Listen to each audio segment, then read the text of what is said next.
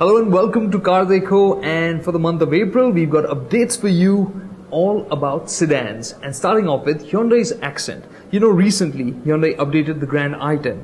It got new cosmetic tweaks to the face, it got new features on the inside, and of course the big news there was the new 1.2 litre diesel engine. And now the Xcent sedan is expected this month as well, and as you would expect, it would have the similar cosmetic updates, the new engine, the 1.2 litre diesel engine, which we think is a really good engine that Hyundai has created. Big step up from the 1.1 that they had earlier. That will also be carried over onto the Xcent, but with a few tweaks to improve it in terms of drivability and in terms of the experience inside the sedan.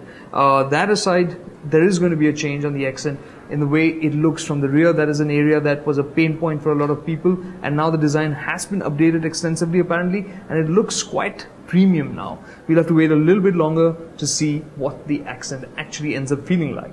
And the other compact sedan that's making a lot of noise right now is Maruti Suzuki's new Desire. Now, a few pictures have been leaked of it. We're not getting the Swift first, we're getting the Desire, and it looks like it should be in showrooms soon. We'd expect it out in at least in the next month and a half or so. And this, as you've seen with the Swift before, it shares a similar look, but of course this gets a boot added on the whole. This looks like a bigger, more mature package. We can't talk too much about details, we don't have those right now, but we'd expect that the engines that we've seen in the Ignis make their way through onto the Desire as well, which would mean the 1.2 litre petrol, the 1.3 litre diesel, and of course along with AMT gearboxes as well.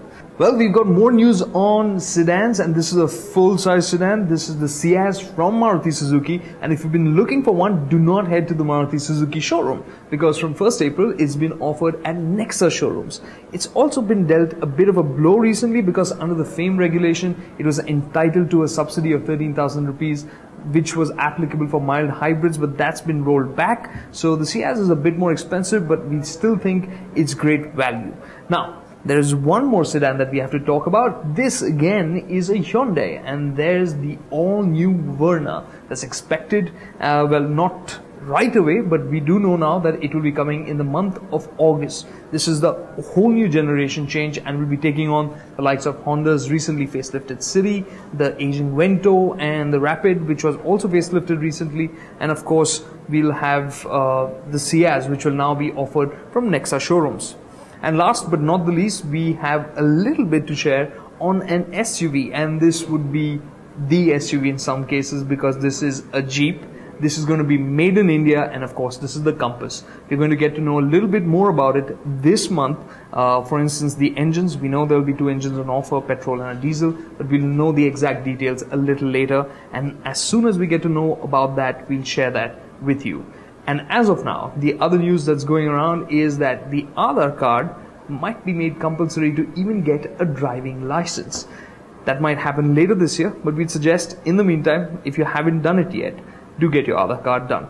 Thank you so much for joining us here at CarDekho, and if you like this news wheel, do hit the like, share and subscribe button so that we know we should do more of these. Once again, thanks so much. Catch you next time.